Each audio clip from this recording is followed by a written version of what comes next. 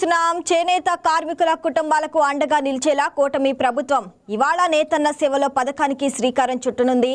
జాతీయ చేనేత దినోత్సవాన్ని పురస్కరించుకొని బాపట్ల జిల్లా వేటపాలెం మండలం కొత్తపేటలో సీఎం చంద్రబాబు ఈ పథకాన్ని ప్రారంభించనున్నారు.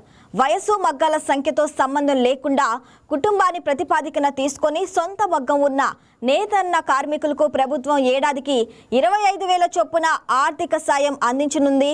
రాష్ట్ర వ్యాప్తంగా 71,536 మంది నేత కార్మికుల కుటుంబాల ఖాతాల్లో 179 కోట్ల జమ చేయనుంది. ఎన్నికల మేనిఫెస్టోలో హామీ ఇవ్వకపోయినా చేనేతల సంక్షేమాన్ని, వృత్తి వారసత్వాన్ని పరిరక్షించేందుకు ఈ పథకాన్ని అమల్లోకి తీసుకొచ్చినట్లు ప్రభుత్వం ప్రకటించింది.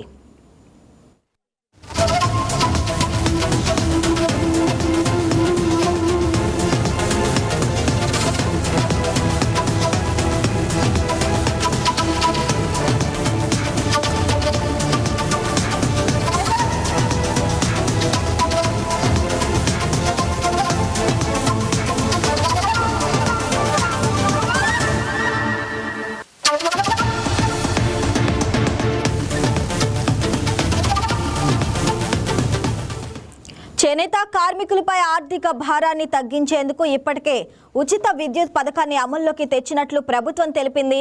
చేనేతలకు నెలకు 200 యూనిట్లు, పవర్ లూములకు 500 యూనిట్ల వరకు ఉచిత విద్యుత్ అందిస్తున్నామని, ఈ పథకం కింద 62,541 చేనేత కుటుంబాలు, 10,032 పవర్ లూమ్ కుటుంబాలకు ప్రయోజనం కల్పిస్తున్నామని అధికారులు తెలిపారు.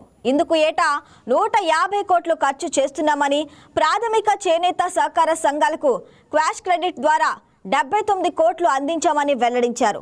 ఉప్పాడలో ప్రత్యేక మౌలిక సదుపాయాల ప్రాజెక్టు, మంగళగిరిలో చేనేత పార్కు, అమరావతిలోని శాఖమూరులో చేనేత హస్తకళ మ్యూజియాన్ని ఏర్పాటు చేస్తున్నామని వివరించారు. విశాఖలో 4,200 కోట్ల పెట్టుబడితో సుస్థిర టెక్స్టైల్స్ రీసైక్లింగ్ యూనిట్ ఏర్పాటు కానుందని ప్రభుత్వం తెలిపింది.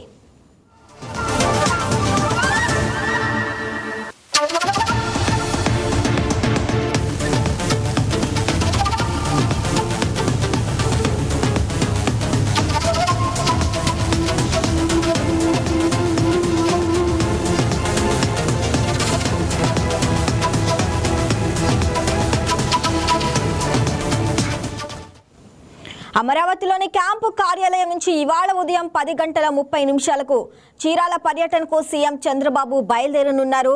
11:05 ప్రజా వేదిక సభలో పాల్గొని ప్రసంగిస్తారు. మధ్యాహ్నం జాండపేటలో చేనేతల వర్క్షాప్లో లబ్ధిదారులతో ముఖాముఖి మాట్లాడతారు.